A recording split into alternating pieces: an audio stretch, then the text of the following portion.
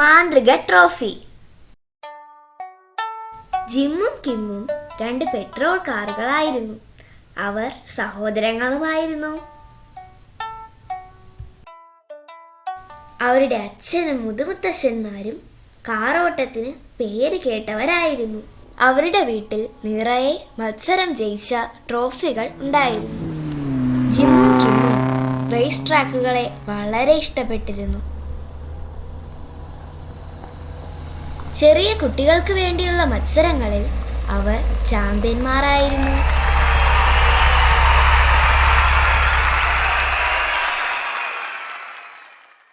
എന്റെ മസിൽ കണ്ടോടാ. നിന്റെ വിസിൽ നന്നായിരിക്കും. കിമ്മിന് കേൾവിശക്തി കുറവായിരുന്നു. ധാരാളം ചികിത്സയൊക്കെ ചെയ്തെങ്കിലും അവന്റെ കേൾവിശക്തി പൂർണ്ണമായി വീണ്ടെടുക്കാനായില്ല. അവരുടെ വീട്ടിൽ വളരെ പ്രത്യേകതയുള്ള ഒരു ട്രോഫി ഉണ്ടായിരുന്നു. അമ്മേ, ഈ ട്രോഫിയുടെ കഥ പറയാമോ? അതെ അമ്മേ, പറയൂ പറയൂ.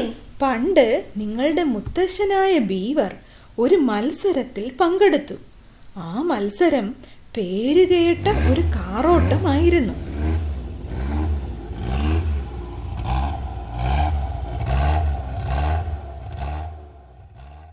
മത്സരം തുടങ്ങിയപ്പോൾ ബീവറിന്റെ എഞ്ചിന് കുറച്ച് പ്രശ്നങ്ങളുണ്ടായിരുന്നു. അയാളേറെ പിന്നിലായിപ്പോയി.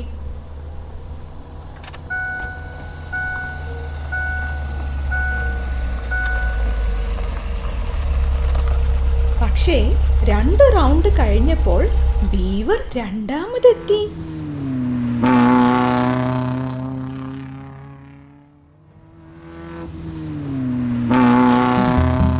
മിസ്റ്റർ ടെറർ ആയിരുന്നു ഒന്നാമത്. അയാൾ ബഹുദൂരം മുന്നിലായിരുന്നു.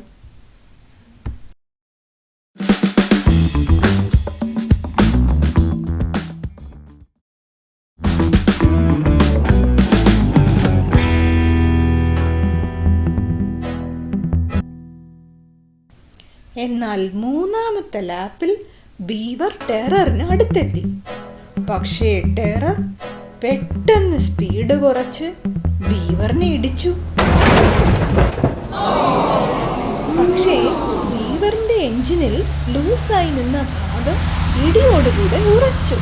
അങ്ങനെ ബീവറിന്റെ സ്പീഡ് കൂടി.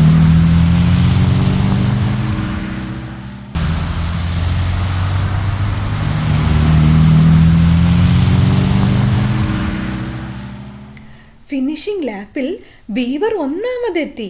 അവിടെ കൂടി നിന്നിരുന്ന കാറുകൾ ബീവർ ബീവർ എന്ന് ആർത്തു വിളിച്ചു. അപ്പോൾ ടെറർ രണ്ടാമതെത്തി അല്ലേ അമ്മേ? അതല്ലേ രസം. ഇടിയോടുകൂടി ടെററിന്റെ നിയന്ത്രണം നഷ്ടമായി.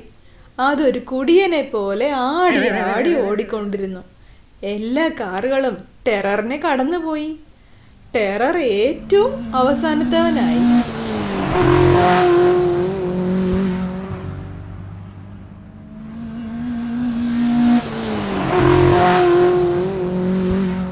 കുട്ടികൾക്ക് 2 പേർക്കും ആ കഥ വളരെ ഇഷ്ടമായി. കിമ്മിന് ആ ട്രോഫി വളരെ പ്രിയപ്പെട്ടതായി തോന്നി.